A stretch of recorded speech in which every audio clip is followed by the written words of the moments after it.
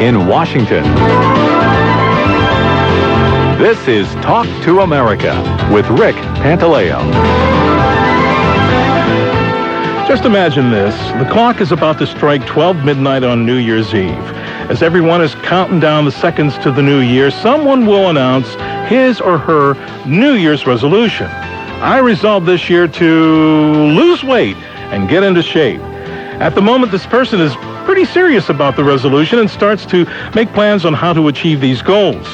Unfortunately, after a few days or a few weeks, a majority of those who make these resolutions tend to tire out or get bored with the demands that these goals have placed upon them. Well, today we've got a program that could help or serve as inspiration to those of you who have such a goal to lose weight and get into shape. We're going to learn how the U.S. Navy SEALs get into shape and stay in shape. My guest is Stuart Smith. He is a graduate of the United States Naval Academy and a former Navy SEAL. He has written 4 fitness books, one for every entry level of fitness. And Mr. Smith has released a new edition of his highly acclaimed book, The Complete Guide to Navy SEAL Training. Stuart, welcome to Talk to America. Thank you. Thanks for having me. It's an honor. First, so we can clear up any misconceptions or misunderstandings about Navy SEALs, what is a Navy SEAL? Well, Navy SEALs are the Navy's component of the Special Forces, in our military, and it's a pretty tough group to get into. I would say probably about 500 people a year get accepted to go to the training, and of that, about 200 graduate. So that's less than half. Right. Yeah. Now, why is physical fitness so important to the training of a Navy SEAL? Well, just to be able to get through the initial training, the Navy SEAL boot camp, if you will, BUDS is what it's called, Basic Underwater Demolition School, you really need a high level of fitness to be able to run several miles, swim several miles, hundreds of push-ups and sit-ups and pull-ups and other exercises, obstacle courses throughout the day. It's a grueling 6-month course, and I think the time and the cold water, affects a lot of people. And being in top physical condition requires a great amount of mental toughness to get to this level. If you go to SEAL training and you're not in this top level of fitness, usually that mental toughness isn't quite there. Sometimes you see it, and it's really neat to see someone who's not quite in great shape make it through SEAL training just through mental toughness. But how often does that happen? I would say probably you have about one person per class that does that, and we call that person Fire in the Gut Award, and it's just he made it through SEAL training just with guts. He might have come in just a little bit overweight, maybe not have prepared himself that well for SEAL training, and next thing you know, he's one of the guys that's always there the next day. He's not one of the many that quit throughout. Now, with those who enter Navy SEAL training, these are folks who have been in the Navy for a while. They've gone through basic training and have served to some extent. So would you say most of those who come in know what they're getting into before they get into it?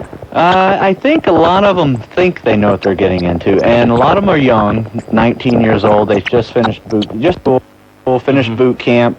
Some of them are even as young as 18 years old, so they're not necessarily that experienced with the Navy. And I remember when I was 18 years old, I thought I was in great shape, and and when I went to Naval Academy, everyone at that age I feels thought I was invincible. in great shape. I thought I was in great shape. I thought I knew how to work out, and I realized that I didn't. And, it was a humbling lesson. Oh, very much, and I couldn't imagine having gone through SEAL training at 18. It took me another 4 years at Naval Academy before I learned how to prepare myself properly. And then if you do it right, you can go to SEAL training and become one of the graduates and just have a really good time at SEAL training. You just can't believe how much you're getting paid to just work out and learn some really neat stuff.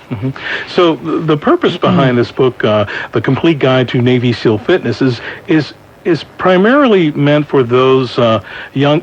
First of all, is it all men, or has it gone co-ed? Well, SEAL training is all men. Okay. It is an all men. Okay. Yeah. So for all the young men who aspire to become a Navy SEAL, basically this gives them a rundown of what's going to be expected of them.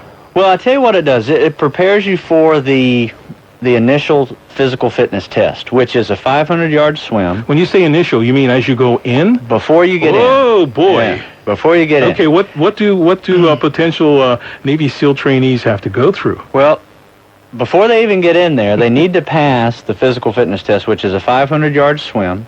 All the push-ups you can do in 2 minutes, all the sit-ups you can do in 2 minutes, all the pull-ups you can do, and a 1.5 mile run in boots. It's altogether, it's pretty challenging, but it's not that hard if you just strive for the minimums. I mean, minimums are real easy, but they won't let you get by with the minimums. You have to max it out, and the types of scores that people who graduate SEAL training and do really well usually swim 500 yards in 8 minutes. They'll do 100 plus push-ups. I'm trying to think of what 500 yards would be in meters.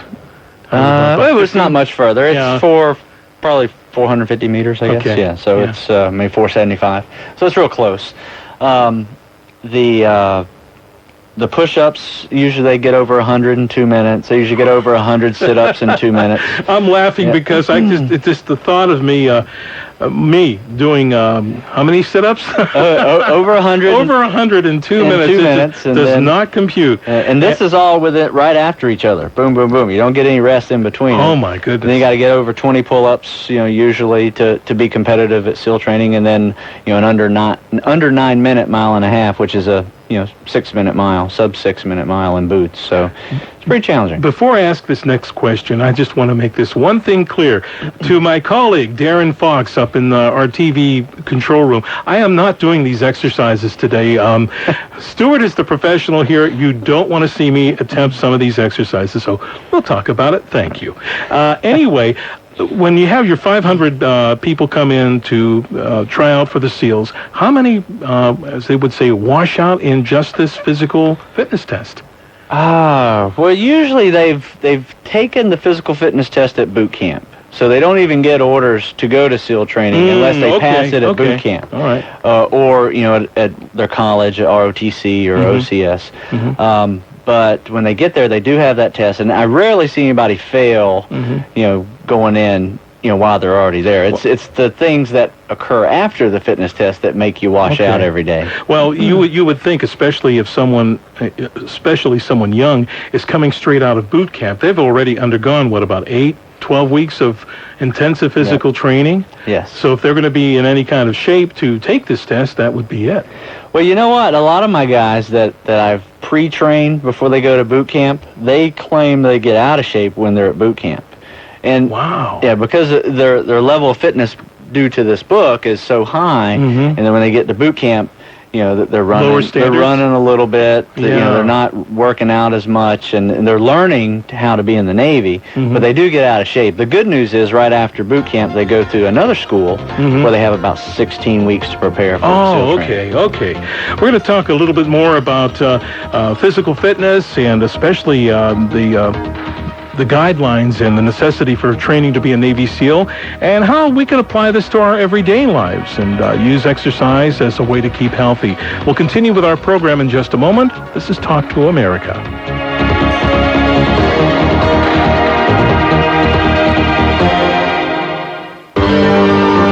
Talk to America is the world's first international call-in radio talk show. We broadcast live to millions of listeners on topics ranging from life-saving medical advice to scientific discoveries, from Washington politics to Hollywood movies. Remember, you can call us collect or email us at talk@voanews.com. Tune in and join us each weekday at 17 hours Universal Time for Talk to America.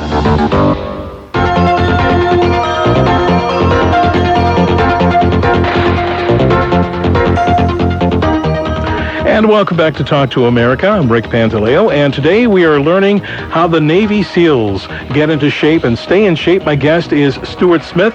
He is a graduate of the U.S. Navy Academy, a former Navy SEAL, and has written a number of books, including his latest, a revised edition of The Complete Guide to Navy SEAL Training. Now, Stuart, This is a revised edition of your book. The original came out about 4 years ago, and before coming on the air, of course, researching the program and such, the topic, I went to a couple of the online booksellers and grabbed some information from there. But the one thing that really caught my eye was the amount of praise that readers of your book have had.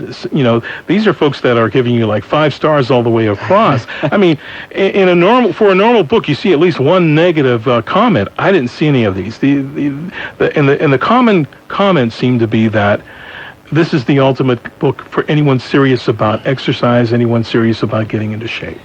Well, I would say that the market that this really targets are folks that are already in good shape, young guys that want to be Navy SEALs, but that's not necessarily who uses this book. Right. I get a lot of neat emails from people in their 40s and 50s that say that they use this as a guideline. They can't quite meet all of the pull-ups, because one workout there's almost 200 pull-ups in a workout. So, but they do what they can. They go to failure, and that's when you're finished. And they claim at 48 years old they're better shape than they were at 18. So. Now, a little earlier, you were telling us about the one individual in a Navy SEAL class that perhaps came in with a less than spectacular physical fitness condition, but yet through determination and attitude, they stuck it out and were able to pull and graduate in what was called Fire in the Gut. Right, the Fire in the Gut Award. Yeah. Now, that leads me to this question: how important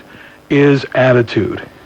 Well, in this or any kind of physical fitness program? It's extremely important, because I've seen top-notch guys, triathletes, guys that can complete the Ironman, Olympic swimmers, not make it through SEAL training. Something gets to them. Either the cold, the running, the swimming, depending on what their specialty is, there's always a nemesis for somebody at SEAL training that has to dig in a little deeper. I'm a little bigger. I'm about 195, 200 pounds when I was going through SEAL training.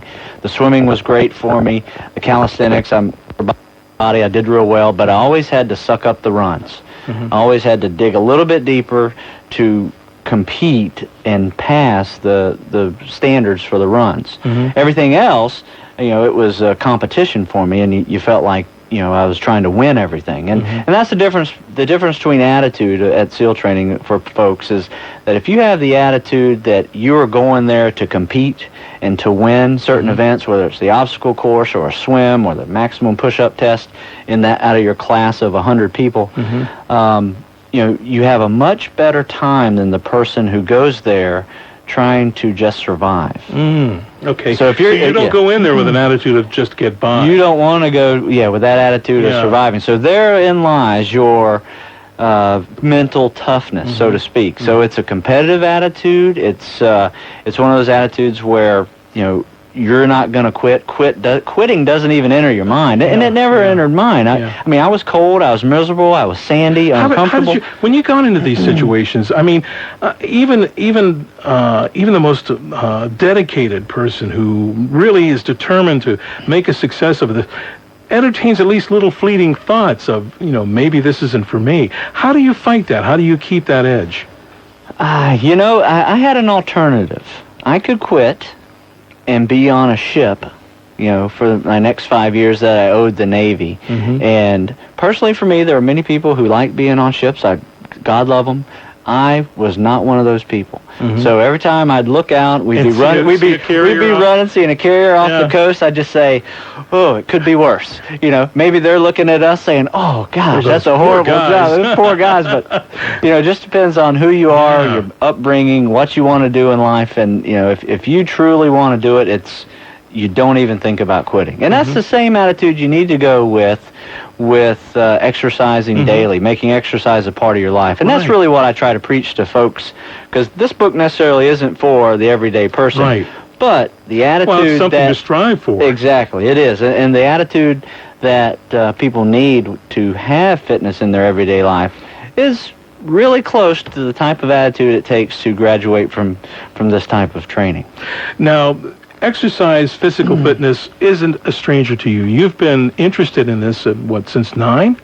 Age of 9 or younger? I've been playing some type of sport since 6 years old, but involved with physical fitness and training probably since about the age of 12. Mm-hmm. So this isn't anything new for you. Now are you instructing at the academy? I was. Yeah. My last tour when I was in the Navy, I worked at the academy. I still work at the academy on and off with the admissions department and help them with recruiting and things like that. But I do work out with the mids every now and then. It keeps me young, and I help them with some of their swimming things like that. So I live right outside the academy, so it's a lot of fun. A lot of fun working out with those guys. Now, the one thing that you do beside writing all these books is you maintain a website, and you also offer a training program or a number of training programs? Right. Well, I do.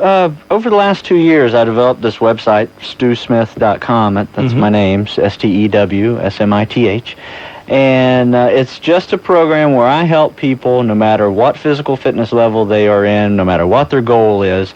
I've had folks that want to become Army Rangers. I helped them to prepare for that training. I have a guy right now that wants to become an FBI agent, helping him with that training. I have another gentleman that's 48 years old, works 60 hours a week and is trying to fit fitness into his schedule. I help him with that, and give him short workouts throughout the week. And every week I email them, I give them a phone call. So I am constantly on these folks, or they have access to me if they have questions and things like that to discuss, physical fitness and help them with their goals. And it's a 12-week program, and you can read. Some guys do it for the whole year. Some guys just do it for 12 weeks, and it's just been a lot of fun. I've probably added about 250 clients to my folks that I've trained over the last 2 years through this website. So it's just another venue for me to reach out and try to help out some people with whether it's motivation or it's just accountability or it's just, having a buddy to work out with, and talk about it online or,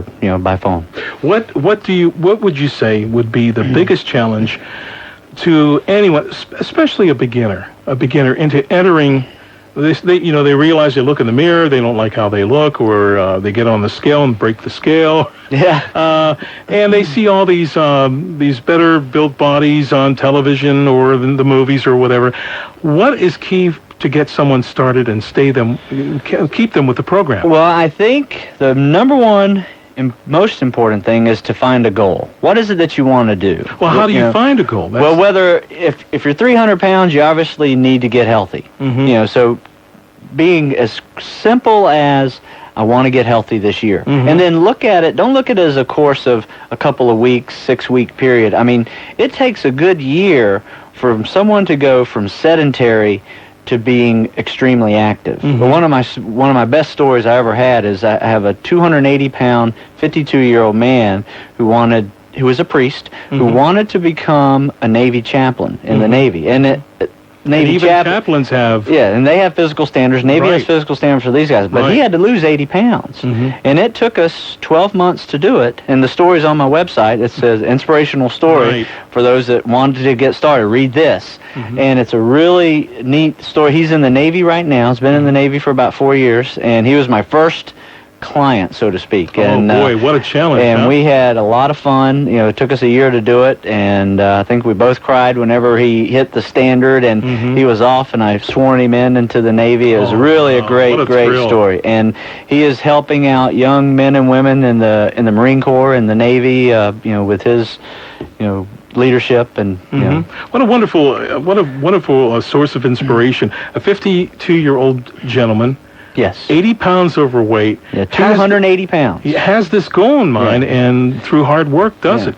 We have a call from Peru I'd like to take. Elsa in Peru. Hello, you're on Talk to America. Hello, Rick. Hello. Fine, thanks. I am really a little nervous because it's the first time that I participate Elsa, don't be nervous. It's mine too. All right. Well, I try to be quiet. Well, first of all, I wish a wonderful and healthy new year for all workers of VOA News, especially Talk to America. Thank you. Happy New Year to you. Thanks, Rick. And it's a real pleasure to hear Mr. Stuart Smith. Well, I would like to make comments about fitness programs. I am a teacher of physical education, so I work in many gyms and in a school too. So I realized that, at least in my country, I realized that there are three main factors why people go to gyms. First is most of them want to get a better appearance.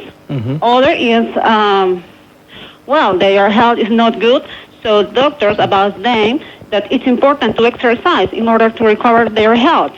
And finally, there are a few people who really like to do different kinds of exercise or sports. Yes. And also, nowadays, it's frequently to watch in TV, magazines, to offer simple products that promise that we get incredible results without effort just to buy this product. Obviously, that is not true. And finally, I think in order to improve our health, our appearance, it's necessary to follow a program according our health condition. And also, as just Mr. Smith mentioned, it's important to have a positive attitude to exercise. That's all. I will continue to watch the program. Thank you so much, Elsa. Thanks for calling in. Elsa brought up a really good point about attitude, maintaining a good attitude. And also the one thing she mentioned that I thought struck me, especially as an American, we as Americans and Westerners love instant fixes. Oh, yeah. We love to look for that magic pill or that magic book. You go to the bookstore and you automatically buy the solution to your problems. Well, I tell you, I think the book is the last resort. I'm not putting this book out. No, not this book. I say any fitness book is the last resort. I think the first one is a pill. The second one is a gadget, which winds up becoming a laundry hanging device in your house. And then if they're a little bit more serious, they'll go get a book or video. And she's exactly right. It's the quick fix. I think in America there's a fourth reason why people go to gyms, and that's just to find a mate. So it's the new nightclub. It becomes exactly. It's a I was thinking singles as bar. she was saying that, I was saying she's going to mention this, but I'm glad someone did. Yeah, I remember back in the 90s and 80s, especially when the nightclub scene here in the United States was starting to die out, and the big thing was health clubs. And unfortunately, like other fads, it tended to burn itself out for a while, but I see it's making a comeback as well. I guess so. I don't go for the gyms for that. I rarely use gyms. The neat thing about one of my books and my programs is that it's pull-up bars, dumbbells, and a place to walk or jog, and a swimming pool to swim. That's all I need. All right. Well, we're going to continue our conversation and continue to take your calls at 202-619-3111. The U.S. country code is 1. Make the call, collect. If you have questions, comments, opinions, or perhaps your own thoughts about exercise, how to get in great physical condition, stay there, we'd like to hear from you as well. Monday, Carol Pearson will be back, and with the topic of power. Carol and her guest will examine the many forms our perception of power can take and discuss the varieties of power and how it's used. We're going to take a brief break for the news, and then we're going to be back to talk more with Stu Smith about physical fitness. So stay tuned. I'm Rick Pantaleo. This is Talk to America.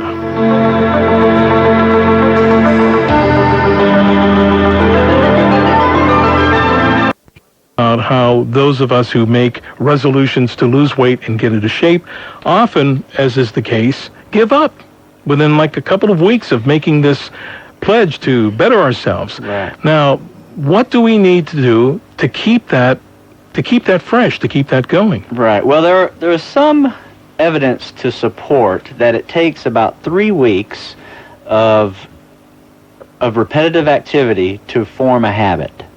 And so there are some people that say that. I personally say it takes 3 seconds. 3 seconds? 3 seconds. If you say to yourself that you're going to do this, and you truly want to do it, there's nothing that will deter you from doing it. I mean, barring some major illness or injury, but there's nothing that will deter you from working out. It's a determination.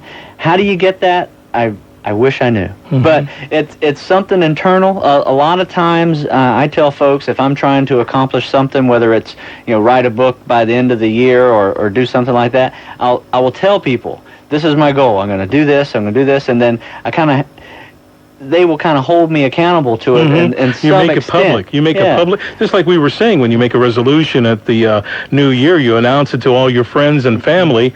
That way, you're held accountable by those who you made the resolution right. to. Yeah, people look at you, say, three you months said you later, lose weight, I thought you were losing weight. Yeah, but looks like you're gaining. So the bad thing about losing or gaining weight or not working out, let's say start off at sedentary. You might not think you're gaining weight, but it's so subtle. I mean, you can gain, 10 pounds in a year, right, and not really realize it because you're looking at like, a little under a pound a month, and 10 pounds in a year. 5 years later, you're 50 pounds overweight, and you're like, what happened? Well, and you have your 10-year high school reunion coming up, and try to fit into those clothes that you wore back then, and all of a sudden, hey, these shrunk.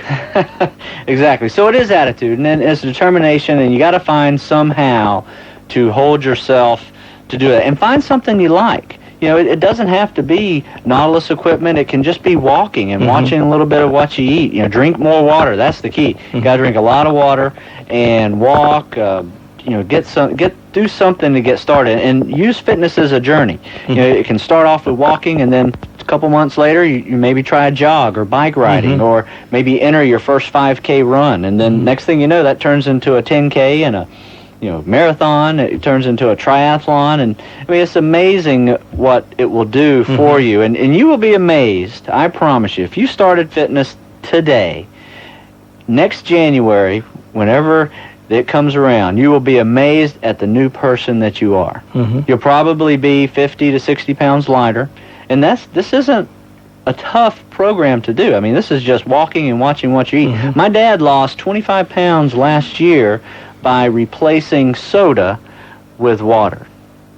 So he drank soda. So it's even he quit drinking soda, and he lost 25 pounds by just drinking water.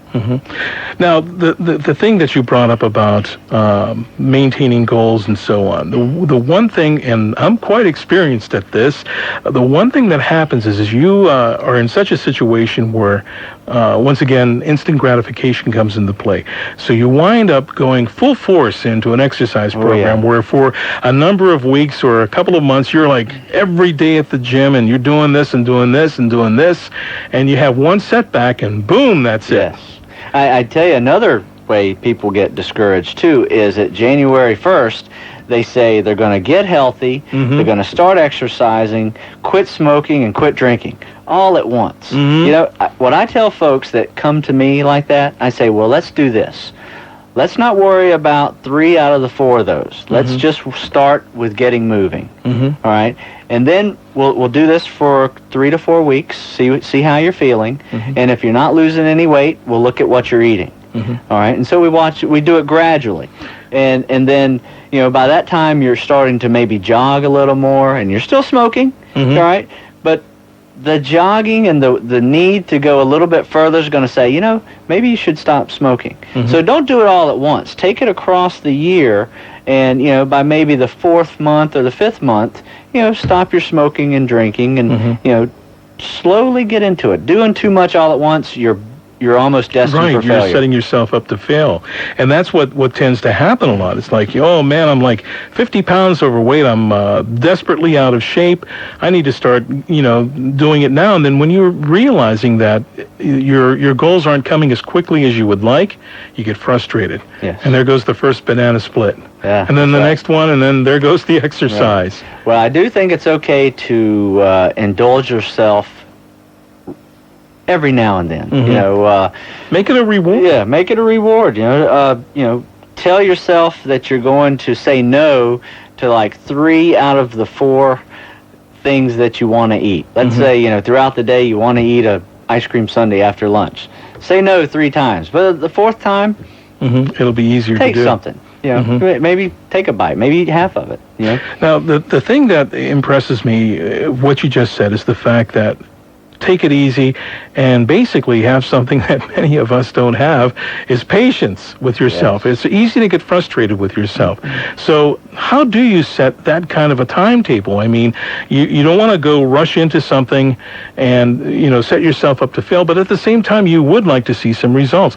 So how do you determine when you introduce each aspect of your program? Right. Well, I would say you will see results within a week to 2 weeks. And that result... How can you tell? That result will just be sheer energy level.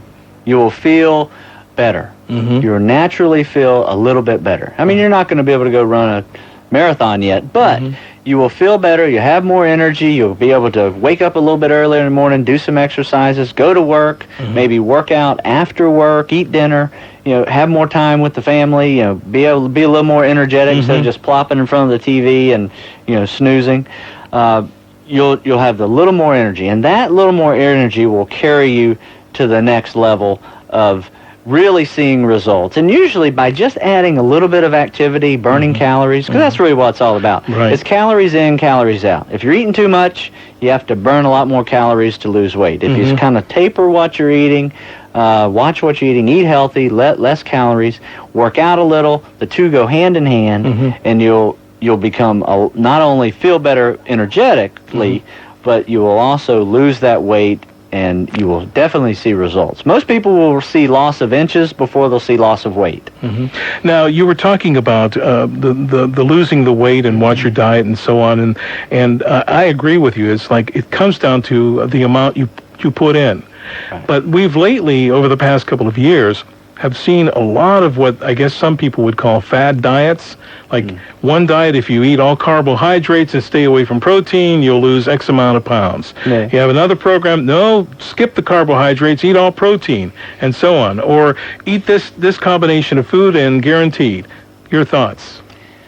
My thought is everything in moderation. I don't believe in eliminating anything from your diet. Don't punish yourself. Right. Everything in moderation. So let's say even with exercise. I mean, my book right here is not moderation. I mean, if you want to become Special Forces or Special Forces or Navy SEAL, you can't do anything in moderation. It's all out. You got to be dedicated. For everyday people, if you just want to lose weight and get healthy, it's everything in moderation. You need fat, you need carbohydrates, and you need protein. You just have to watch it. What they have done with the Atkins and the carbohydrate diets is they've really learned that carbohydrates do sit in your system. Even though it says no fat, it might be 24 grams of sugar. That will turn into fat, and you will gain weight. So watch your carbs, eat a little more protein, decrease your fat a little bit, but everything in moderation. I remember in reading, perhaps it was the Atkins diet I was reading, that Dr. Atkins suggested that you do need fat in your diet. And by completely eliminating it, you may be doing more harm than good. Absolutely. So that's something to consider.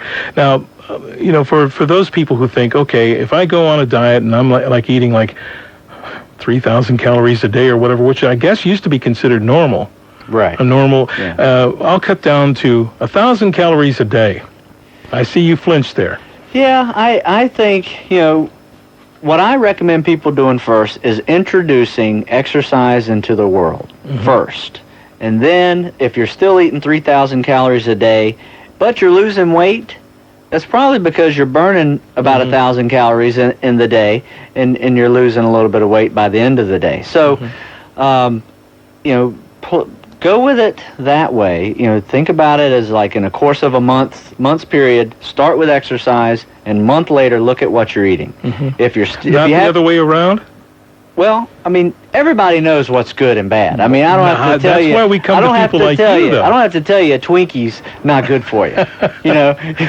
So bag of potato chips. Drink more water. Introduce exercise into your diet, and then a month later, take a look at what you're eating. If you're not losing weight, then reevaluate what you're eating. But if you're losing weight, keep going until you kind of stagger. Maybe that's going to happen. And you're going to hit a plateau, and you may want to then start introducing fewer calories into your diet, maybe increasing the exercises because you're going to feel like it, and then you really will kick yourself off that plateau and start losing weight again. And that's, when you talk about the plateau, that's where the trouble sets in for people who want to stay determined and stay on that course of their goals of losing weight or staying in conditions. Like, wait a minute, I've been denying myself all these goodies and been really working hard doing exercise, and I haven't lost a pound in a week or so. Well, I'll tell you, as with strength training, the body gets used to the same old exercises, the same old calorie burns. If you're doing the same routine week after week after week, the body gets used to it, and it's going to adapt to that. Adapt, and you need to change your exercises regularly. Weekly. This workout in here, there's not the same workout twice. But if you can change the workout regularly, you'll stay off those plateaus. And it's a good way to get you off the plateau by. Stu, we're going to be back with more of our program in just a moment. Please stay tuned. We're talking about physical fitness today on Talk to America. I'm Rick Pantaleo.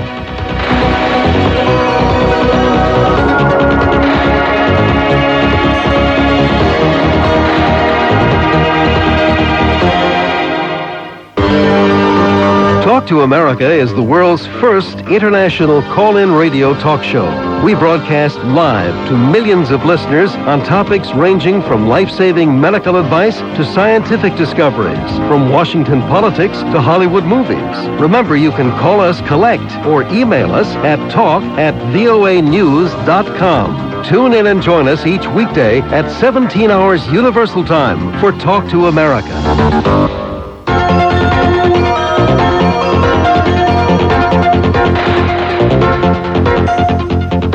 And one of the most popular resolutions that Americans and many Westerners make this time of year with the new year is they resolve to lose weight and get into shape. Unfortunately, many of those resolutions go unanswered because of difficulty keeping on an exercise or weight loss program. Well, today we're providing some information and inspiration on physical fitness from a gentleman who has undergone probably one of the most rigorous training programs in the United States, and has also helped others achieve the same fitness goals as well. He's Stuart Smith. He graduated from the U.S. Navy Academy, a former Navy SEAL, and written 4 fitness books for every level of fitness. And he has re-released a new edition of his highly acclaimed book, The Complete Guide to Navy SEAL Training. Before we take the call from Sajad in Bangladesh, I was looking through your library of books, and the one book that struck my fancy was written for me, and and I think you know what book I'm talking about. The TV Watcher's Workout. Well, this is the ultimate beginner's guide to fitness. This is for the people who have not done anything in 20 years and need to start doing it for health reasons. Primarily, their goal is to get a little bit healthier. And what it does is it takes you from 0 to 3. All right, let's say Navy SEALs is 10. Okay. Right? It takes you from 0 to 3 in a nice, easy pattern that's really, there's no excuse why you can't keep up with this program. And in fact, if you just watch an hour's worth of TV in a day, there's 20 minutes of commercials in that hour-long show, usually, and you can actually work this program in those commercials. So instead of getting up and going to the refrigerator to get your all you need is snacks, all you need is a set of dumbbells in the floor, some push-ups, some squats. It works every single muscle in their body safely, slowly, and it takes you from 0 to 10 miles per hour, in a relatively short period of time. It's something is better than nothing is the goal for that. The one thing I did find out, however, is that unfit people don't buy fitness books. So that book has not done very well. Really? Yeah, my book here. I thought especially this time of the year, and once again, looking for that magic pill. Right, that book's been out just about as long as the Navy SEAL book, and the small audience that would buy a Navy SEAL book, is like so far They're 10 times the number of right. people that have bought the TV Watcher's Workout book, which is a huge audience here in America. I mean, exactly. It's probably 60% of America could actually use it. Well, and there are statistics that back it up. Yes. We have a call from Bangladesh. We have Sajad on the line. Sajad, you're on Talk to America. Hi, Rick. Hi. Hi, Dad. Hello. This is Sajad from Dhaka, Bangladesh. Yeah. I have a couple of questions to guest. And what about your suggestions for the gentlemen working in submarine? And what about their food menu and what about their fitness tips? Oh, fitness for submarines? Well, one of the neat things that we did when I was in the SEAL teams is we deployed off of submarines. So we would scuba dive off submarines. So we'd be on the submarine for a month at a time. We had some bicycles on there. We had a pull-up bar. And that was pretty much it. The thing is, though, when you're in a sub, you really don't have that much room. You don't have a whole lot of room, but you have enough room to lay down and do push-ups and sit-ups and bicep curls and dumbbell exercises. And then the only cardio that we could do was on a bicycle. And that's what we did. And the good news about the good thing for us, because we would swim off the sub every day, so we got some exercise that way too. But for times when we were traveling, under for several weeks, I saw we did the calisthenics, and that's what this book's all about. It's really utilizing these type of calisthenic exercises in any place. It can be a living room with no equipment, or it can be a submarine, in a hallway. So, John, you said that was the first of your questions. Do you have another question for us? Yeah, that question is not related to fitness, what about U.S. naval preparations to respond and involve in rescue operations of natural disaster? Is U.S. naval ever responded natural disaster and ever involved in rescue operation internationally? Yes, they have, actually. There was a story of a gentleman on a sailboat that couldn't get to where he needed to go, somewhere off the coast of Australia. And we have a SEAL team in Hawaii that flew a C-130. They jumped out of a C-130, parachuted in on this guy, and I think he had some type of blood poisoning or tetanus or something that he needed to get out of there quickly.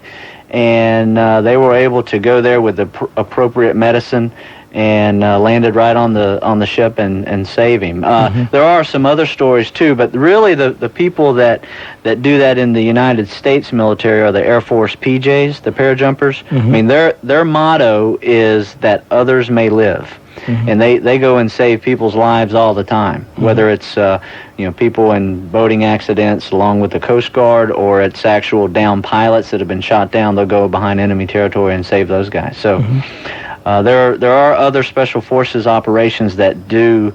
That's their primary job. Yeah, that's their primary job. Yes. So, John, do you have anything else for us today? Yeah, this is also not related to physical fitness. What's the threat and challenges the U.S. Navy think that they could face in future?